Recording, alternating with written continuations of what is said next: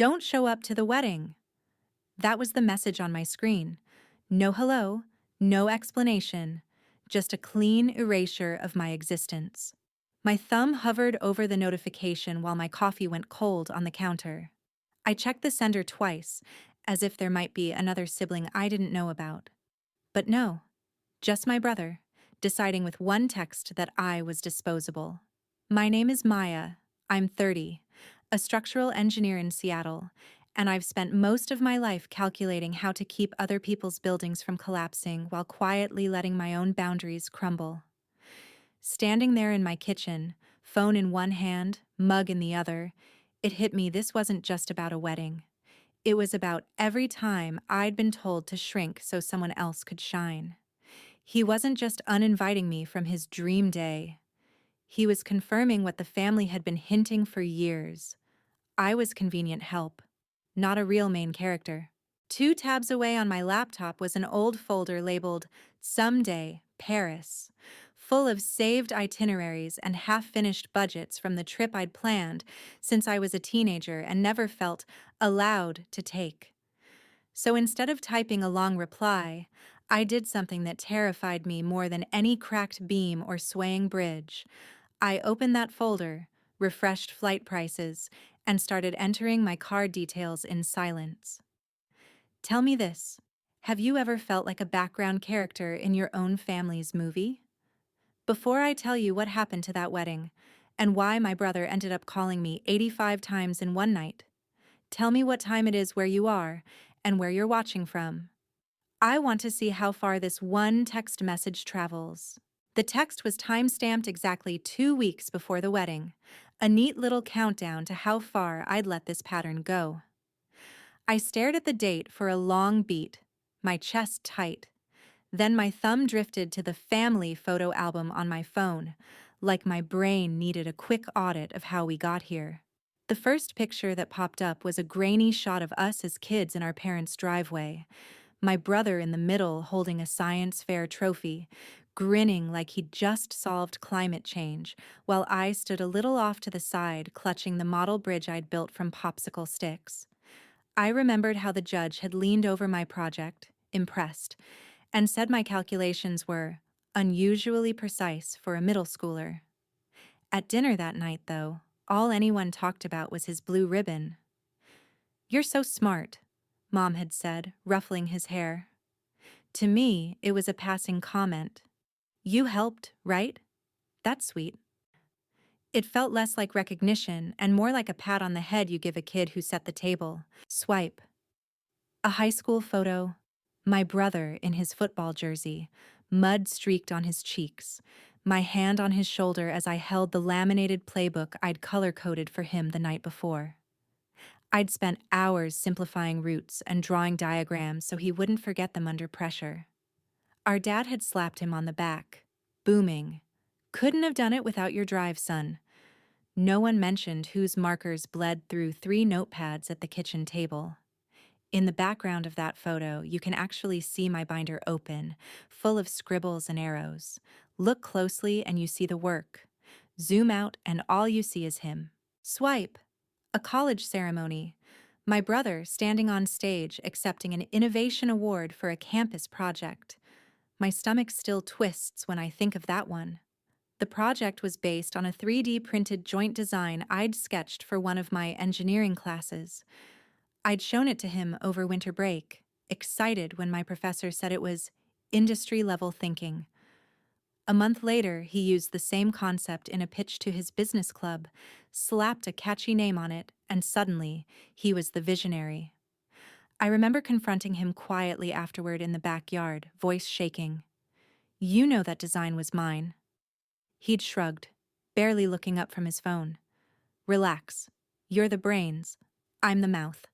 We're a team." Our parents had overheard, laughed it off, and said, "You two always work so well together. Just be happy for him, Maya." "Just be happy for him" became a script they ran on repeat. When he got the bigger bedroom, when they sold my old car to help with his startup idea, when I turned down a study abroad program so they could afford his out-of-state tuition. The more I swiped, the more the pattern sharpened into something I couldn't ignore. At birthday parties, he blew out the candles while I refilled drinks. At family dinners, he told stories while I washed dishes. In every picture, there was my brother in the spotlight and somewhere nearby, me, cropped at the edge, half turned, holding something together. A ghost that set the stage and then stepped out of frame. At some point, I stopped expecting anyone to notice. Being overlooked doesn't happen all at once. It's a slow fade, like the way a bright print left in the sun loses color until it's just a faint outline. I set the phone down, palms slightly damp, the old chorus rising in my head. Don't make drama. Don't ruin his big day. Just support. Except now that support looked a lot like neglecting myself. That one-line text, "Don't show up to the wedding," wasn't just about a single event. It was the logical conclusion of years of me being treated like a supporting detail. For the first time, instead of swallowing it, I let myself ask the question I'd avoided for years. Would you keep showing up for someone who only remembers you when there's work to be done and credit to be taken? 2 weeks out from his wedding, staring at that message, I felt something loosen inside me, like a bolt in an overstressed beam finally giving way, not to destroy the structure, but to warn that the load had gone too far. For a little while, I pretended nothing had changed, like I could just muscle through one more important day and deal with my feelings later. I still had the shared spreadsheet for his wedding open in my browser, tabs neatly color-coded for vendor timelines, contingency plans, emergency contacts, and a seating chart so optimized it looked like I'd run it through structural load software. I'd built the whole system out of habit. If something could wobble, my brain wanted to brace it. The irony, of course, was that he'd never formally asked, "Will you coordinate my wedding?" He just kept forwarding emails with messages like, "You'll handle this, right?" As if I were some unpaid project manager permanently on call. After that text, I went silent in the group chat, but my private messages lit up like a control panel. "You're still picking up the suits on Friday, yeah? Can you double-check the venue contract? The bride's dad has questions. We need your final version of the timeline for the photographer." The morning he sent "Don't show up to the wedding," I had already spent an hour on the phone smoothing out a billing error with the florist. My name wasn't on the invitation, but it might as well have been stamped on every invoice. When I finally responded, my hands were shaking so hard I had to set my coffee down. I typed, "You told me not to come, remember?" He replied in seconds, "Don't be sensitive. I meant, don't cause drama. Just stay out of the way at the reception. You can still help with the prep." The words hit harder than the original text. I could almost hear his tone, irritated, impatient, like I was a stubborn employee who'd misunderstood a memo. My heart pounded, each beat pushing heat into my face. "I am not your backstage crew," I wrote back. "I'm out." The typing dots appeared, disappeared, came back, like he was pacing even through the screen. "Maya, stop. You're overreacting. This is my wedding, not your therapy session. Are you seriously going to bail and make me look bad?" That was the core of it. He wasn't afraid of losing me. He was afraid of losing the invisible system that made him look put together. Another bubble popped up. "You know how much pressure I'm under. Just do your usual thing, okay? Don't pick today to be difficult." The entitlement was so familiar it almost felt normal. Almost.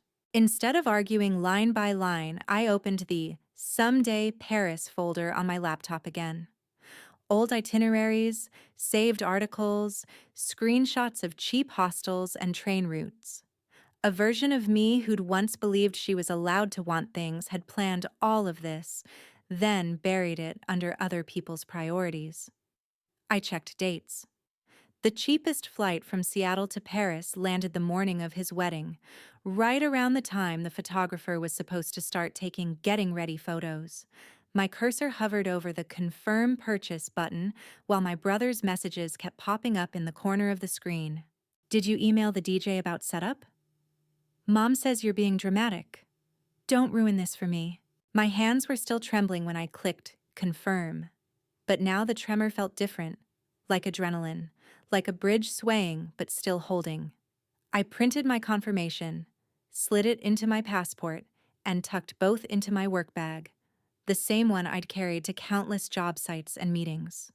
For once, that bag held something for me, and not just plans for other people. Over the next 2 weeks, his tone swung wildly between entitled and accusatory, like a pendulum desperate to find a position that would pull me back in. You still have the venue map, right? Can you send the shot list to the photographer? Everyone's confused. Mom says you're pouting. Don't make this about you. I answered with the bare minimum: short, neutral replies, no explanations, no emotional essays to justify my choice. Every time I stopped myself from over-explaining, it felt like tightening a bolt on my own boundaries. On the morning of my flight, my alarm went off long before sunrise. The sky over Seattle was still dark, the city quiet and damp. Instead of loading emergency kits and backup timelines into my car, I rolled my suitcase into an Uber headed for the airport. My phone buzzed the entire drive. Where are you? The bakery needs a final confirmation for the cake. The DJ is asking about power outlets. You know this stuff. One message came through from an unknown number. Hi, this is the coordinator. Your brother said you were handling load-in? Even in the last hours, he was outsourcing everything to the version of me he'd always relied on. I stared at that message, feeling my pulse thudding in my throat. Then, before we even reached the terminal, I opened my settings and switched my phone to airplane mode. No dramatic speech, no final warning. Just a quiet click, like flipping a breaker off in a house you no longer live in. While my brother was probably barking orders, convinced I was somewhere nearby ready to fix whatever went wrong, I was walking down the jet bridge, passport in hand. The last thing I saw before stepping onto the plane was the time on my screen and that tiny airplane icon sliding into place. For the first time in my life, I wasn't the fallback plan. I was the one stepping away, leaving the structure exactly as they'd built it, and letting them feel what happened when the hidden supports didn't show up. By the time the plane began its descent over Paris, my brain had run through a dozen imaginary versions of the wedding day back home, each one ending with me crawling under the chaos to hold everything up, while everyone praised my brother for how smoothly things went. Instead, I pressed my forehead lightly to the window and watched the city appear beneath a layer of cloud, an unfamiliar network of streets and bridges slowly coming into focus. I'd spent my career calculating loads and stress points on blueprints. Now I was willingly stepping into a life with no clear plan, just a one-way ticket and a tiny folder of saved maps. I made it through the airport on a mix of muscle memory and adrenaline, following signs in a language I barely understood.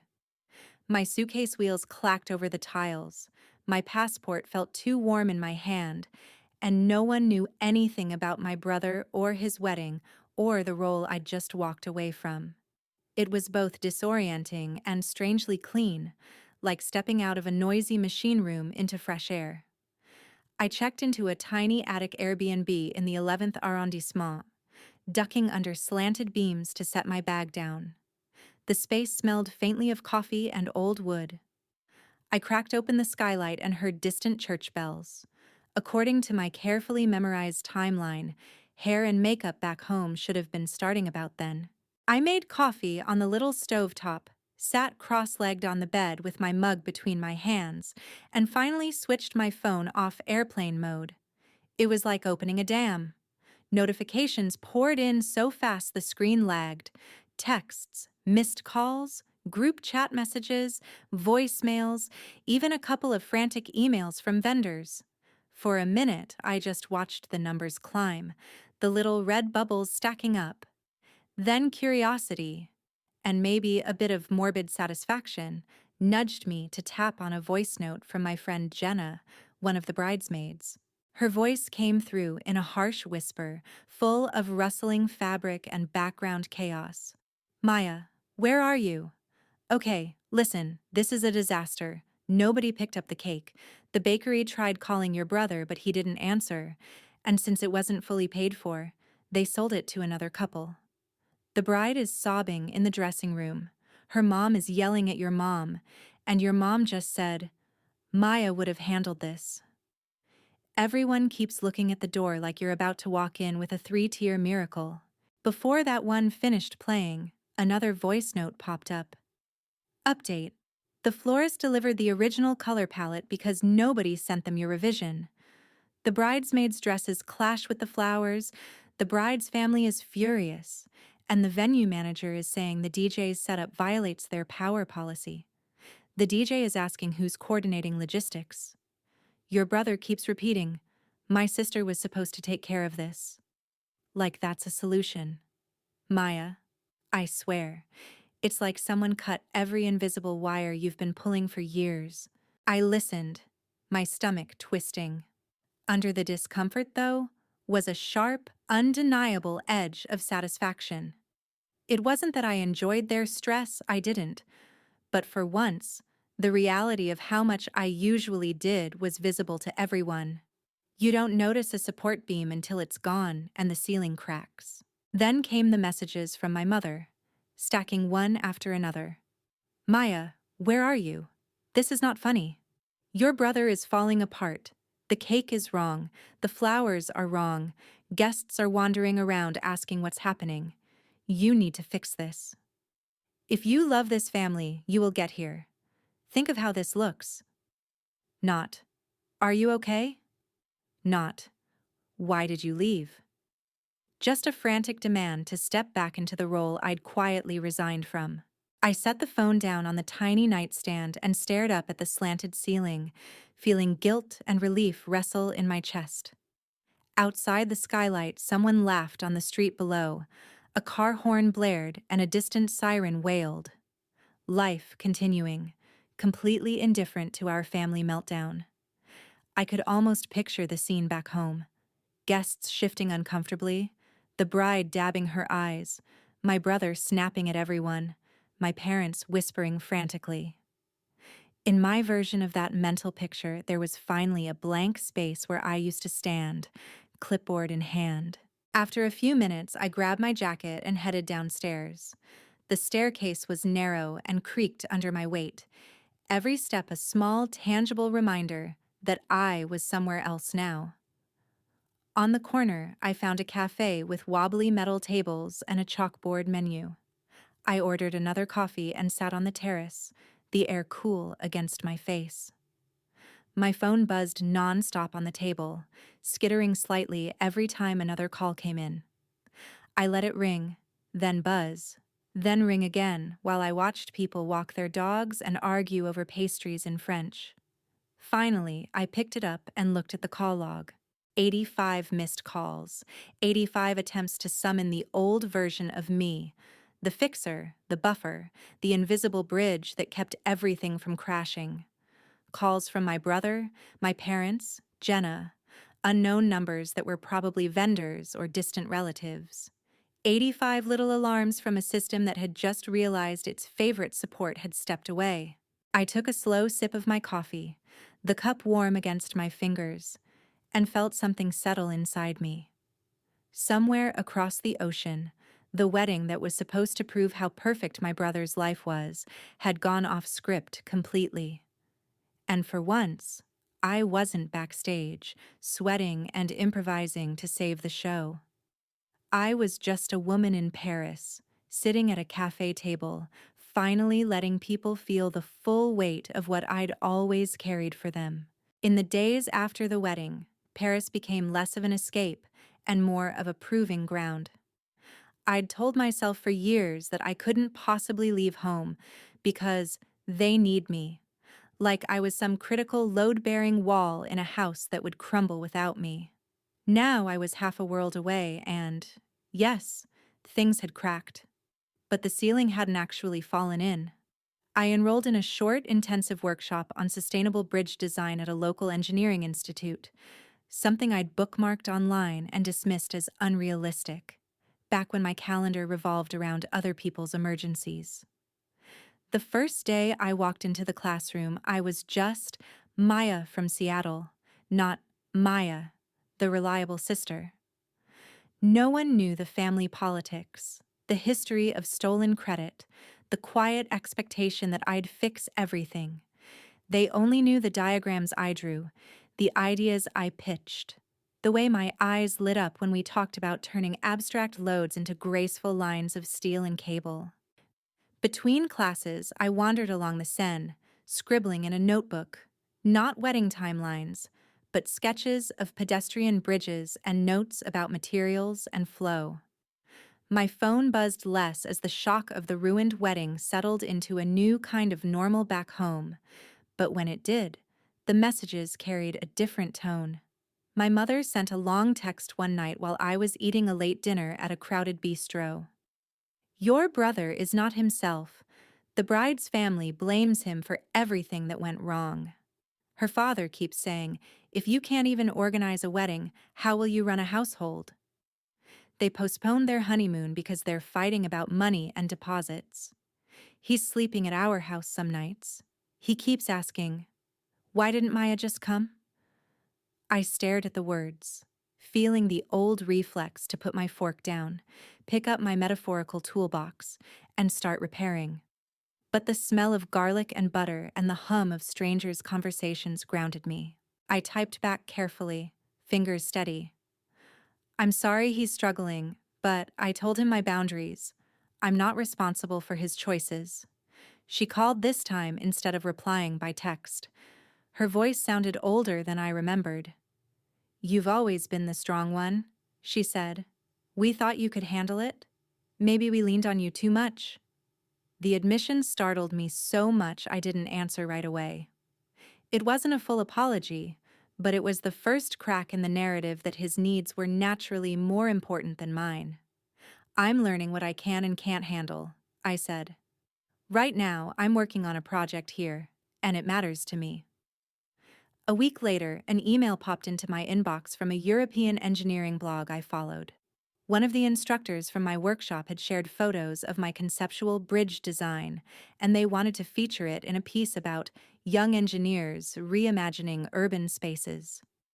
Reading the subject line, my throat tightened. For so long, my work had only ever been proof that someone else's life was running smoothly. Now, my name was going to appear in an article that had nothing to do with my brother, my family, or any crisis I'd averted. I forwarded the email to my mom with a simple line. This is what I'm doing here. No explanation, no apology. She replied with a single sentence that made my eyes sting more than any plea to come home had. I didn't realize how much we asked you to dim. Back in Seattle, my brother's dream day had turned into a cautionary tale. In Paris, my someday was finally taking shape as a real life. The call from my brother came on a rainy Tuesday evening, weeks after the wedding, just as I was packing up my laptop in a shared workspace by Canal Saint-Martin. His name flashed on my screen, and for a moment I considered letting it go to voicemail like I had so many times before. But the memory of those 85 missed calls and the fact that I'd chosen not to answer a single one made me feel strangely steady now. I stepped outside under the awning, listening to the patter of rain on the sidewalk, and finally swiped to accept. Maya, his voice was quieter than I expected, frayed around the edges. You actually picked up? I'm between trains and deadlines, I said. Make it count. Old me would have softened the joke, rushed to reassure him. Now I let the words sit. He exhaled, a shaky sound. You really went to Paris. Everyone kept saying you'd show up at the last minute and fix everything, when you didn't. He trailed off, and I could almost hear him replaying the chaos. I saw the photos, I said. Jenna had sent me a discreet set, wilted flowers, a lopsided grocery store cake that someone had grabbed last minute, guests clustered in confused groups. In one shot, he was standing in the middle of it all, tie askew, looking less like a leading man and more like someone who'd just realized there was no stage crew. I'm guessing it wasn't the day you imagined, He gave a humorless laugh. The bride's father called it a circus with no ringmaster. Her family thinks I'm unreliable. We had a huge fight about money. We postponed the honeymoon indefinitely. At work, my boss, remember, he was invited, made a joke in a meeting about how I can't deliver under pressure. I'm not sure if the promotion I was up for is even on the table anymore. There it was, the price tag on all the times I'd silently kept his world from wobbling. That sounds rough, I said, and I meant it. Compassion and vindication sat side by side in my chest like two people sharing a bench, not speaking. Why did you tell me not to come? He was quiet for so long I thought the call had dropped.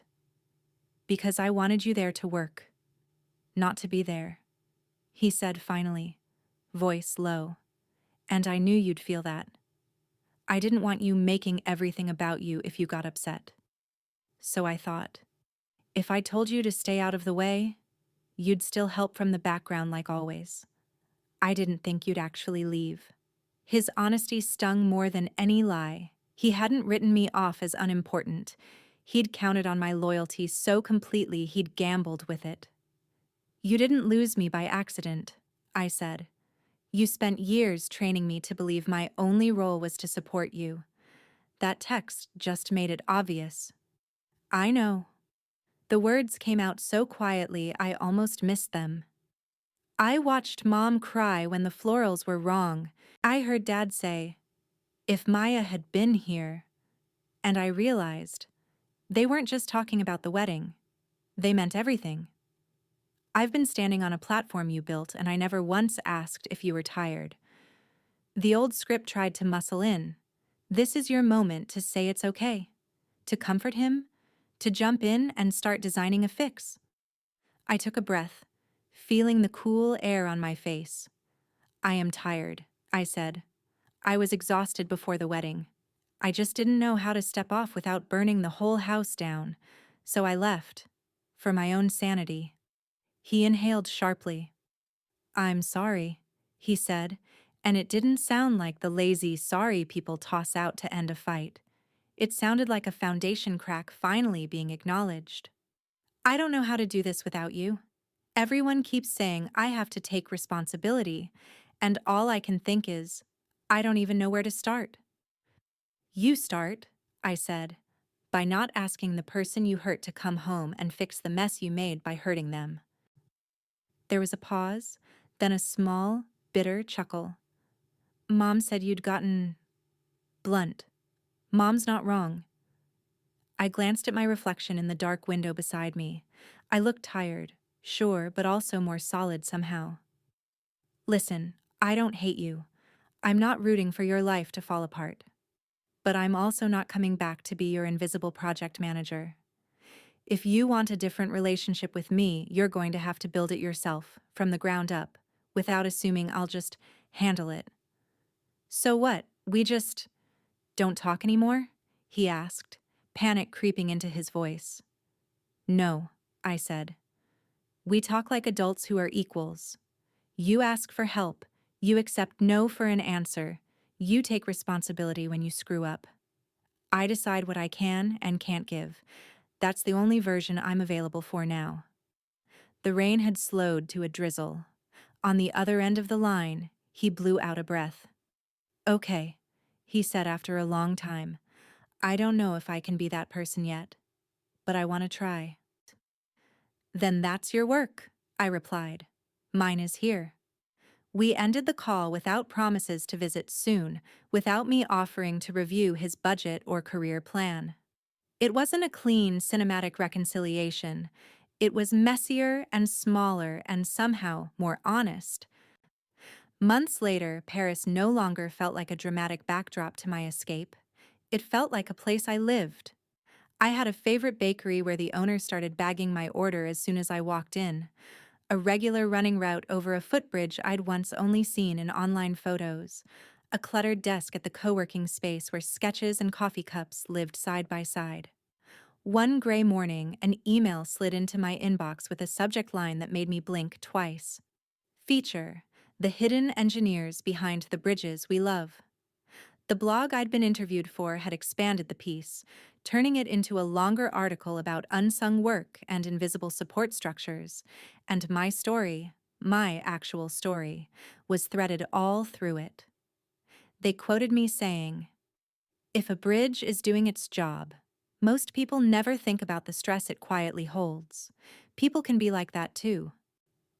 Underneath the article was a photo of one of my designs and, for the first time, my name stood on its own, not in fine print under someone else's big moment. On impulse, I copied the link and sent it to my family group chat with a short message. "This is what I've been working on. Thought you might like to see." A few minutes later, my mom replied with a heart emoji and, "Proud of you, honey." My dad wrote, "Didn't know you could talk like that on camera. Impressive." For a while, there was nothing from my brother. Then, hours later, a notification popped up. He'd reacted to the link with the little mind-blown emoji and followed it with a single text. "You were always the bridge, weren't you?" I let the message sit on my screen, feeling a sad, fond smile tug at my mouth. I typed back, "I was. Now I'm also the person who decides what I connect and what I don't." He answered, "I'm in therapy now. Trying not to lean on you for everything is weird, but I'm learning. I'm happy you went to Paris, even if it wrecked my wedding first." I stared at that line, the blunt acknowledgement of cause and effect. Old me might have rushed to reassure him that his wedding wasn't wrecked, that everything would turn out fine. New me simply wrote, "Sometimes things have to crack before you realize what they were resting on." We traded a few more messages. No big apologies, no promises of family vacations, just small, cautious exchanges that felt like testing the load on a rebuilt beam. That night, I sat on my usual footbridge and watched the city lights shimmer on the water. My phone was quiet, not vibrating itself off the table with demands. I thought about that morning in my Seattle kitchen, the cold coffee, the shock of that text. About the girl who had opened a long-ignored folder labeled "Someday Paris" and finally decided someday could be now. I also thought about the 85 missed calls, each one a tiny alarm from a system that suddenly realized its favorite invisible support had stepped away. Here's what I've learned. Family can love you and still build their comfort on your silence. You can love them and still choose not to live under a load that breaks you. Boundaries aren't revenge, they're renovation. You don't set them to make other people miserable. You set them so you don't collapse. And sometimes, the most powerful payback is simply refusing to show up in the role they wrote for you. So let me ask you this, now that you've heard my story, if the people in your life sent that same text, "Don't bother coming," would you fight to prove them wrong, or would you quietly book your own version of Paris? Tell me what part of my story hit you the hardest, and what you'd do if your phone lit up with 85 missed calls from the very people who taught you to disappear.